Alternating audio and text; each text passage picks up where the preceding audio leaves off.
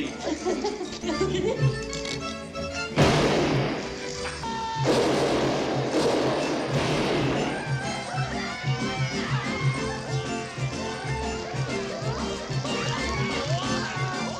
In 1969, Sam Peckinpah set out to make a Western that would shatter Hollywood conventions. But his obsession with authenticity led to some truly outrageous decisions.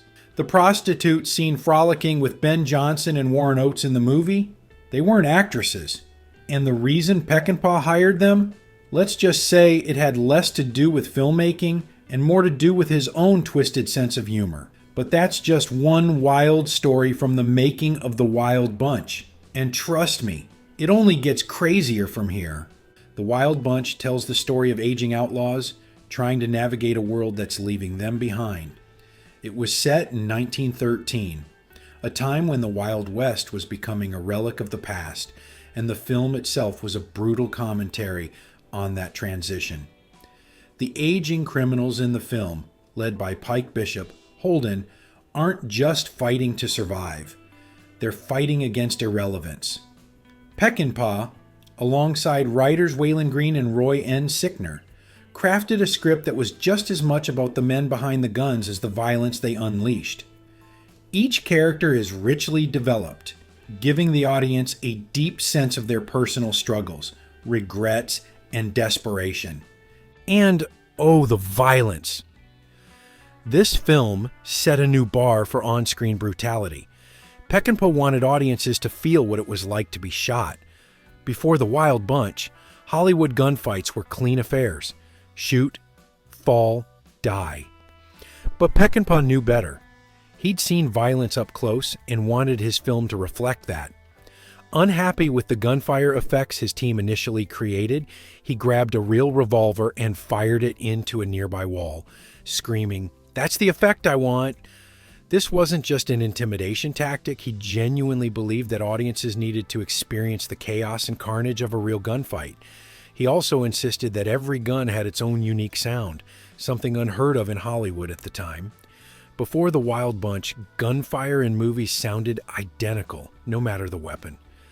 Peckinpah changed that forever, making sure each firearm had a distinct and realistic sound, revolutionizing sound design in action films. Filming wasn't easy. Shot in Mexico, the set was plagued by unbearable heat, relentless dust, and Peckinpah's notorious perfectionism. The director demanded nothing short of excellence, often driving his cast and crew to the breaking point. The filming conditions were so grueling that many of the actors felt like they were truly becoming the characters they portrayed. Ernest Borgnine, choking on the thick dust kicked up during filming, swore he'd beat the hell out of the director if he didn't ease up. William Holden, known for his patience, eventually threatened to walk off the set if Peckinpah didn't stop berating the crew. And Robert Ryan, he had it worst of all. Ryan had signed on to play Deke Thornton, the former outlaw turned reluctant bounty hunter. But from the get-go, he clashed with Peckinpah. Ryan was frustrated that he wasn't given top billing, arguing that he was just as integral to the story as Holden and Borgnine. He was also angered when Peckinpah refused to give him time off to campaign for Robert Kennedy's presidential bid. But the real revenge came in the opening credits. Peckinpah had his editor freeze frame the names of Holden and Borgnine on heroic close-ups of their faces. And Ryan, he got his name superimposed over a shot of horses' rear ends. That's right, Peckinpah literally made a visual joke out of calling Ryan a horse's ass. Petty? Oh, absolutely. Hilarious? Without a doubt. Beyond Ryan's humiliation, Peckinpah's obsession with authenticity often led to bizarre filmmaking choices. The prostitutes seen frolicking with Ben Johnson and Warren Oates in the film? Not actresses. Real prostitutes from a local brothel.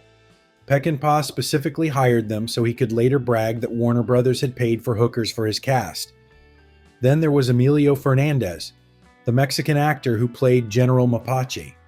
Fernandez was a real-life outlaw, having killed a film producer in Mexico years prior. He was also known for always carrying two loaded guns on set, adding an extra layer of danger to the production. Peckinpah, ever the troublemaker, encouraged this behavior, often egging Fernandez on just to see how far he would go. For all its behind-the-scenes chaos, The Wild Bunch was a triumph in filmmaking. Peckinpah's use of multi-angle, quick-cut editing, often blending slow motion with real-time shots, created a new visual language for action. The climactic shootout in Agua Verde was revolutionary, with over 3,600 cuts, making it one of the most intricately edited sequences of all time. The result? A ballet of blood and bullets unlike anything audiences had ever seen. But getting that sequence right was a nightmare.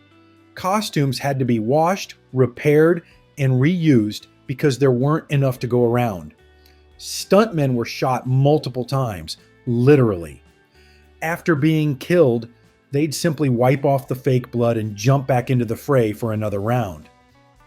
Warner Brothers panicked. Early test screenings saw audiences recoil at the film's graphic content. Some even walked out in disgust. The studio wanted more cuts, but Peckinpah fought back. Eventually, a compromised version was released, though it was still among the most violent films of its era. The backlash was immediate. Critics called it a sickening display of gratuitous violence. Others, however, saw it for what it was: a masterpiece. Roger Ebert declared it one of the great defining moments of modern movies, while filmmakers like Quentin Tarantino and Martin Scorsese hailed it as a major influence on their own work. Over time, the film's legacy only grew. It was restored to its full glory in the 1990s, reaffirming its place as one of the greatest westerns ever made. And John Wayne, he hated it. The Duke, the ultimate symbol of Hollywood's golden age westerns, lamented that The Wild Bunch had killed the western. In a way, he was right. After Peckinpah's masterpiece, audiences could no longer accept the sanitized heroics of classic westerns. The genre had changed forever. So what do you think? Does The Wild Bunch still hold up today? Drop your thoughts in the comments below. And if you enjoyed this deep dive, don't forget to like and subscribe for more legendary Hollywood stories. See you next time.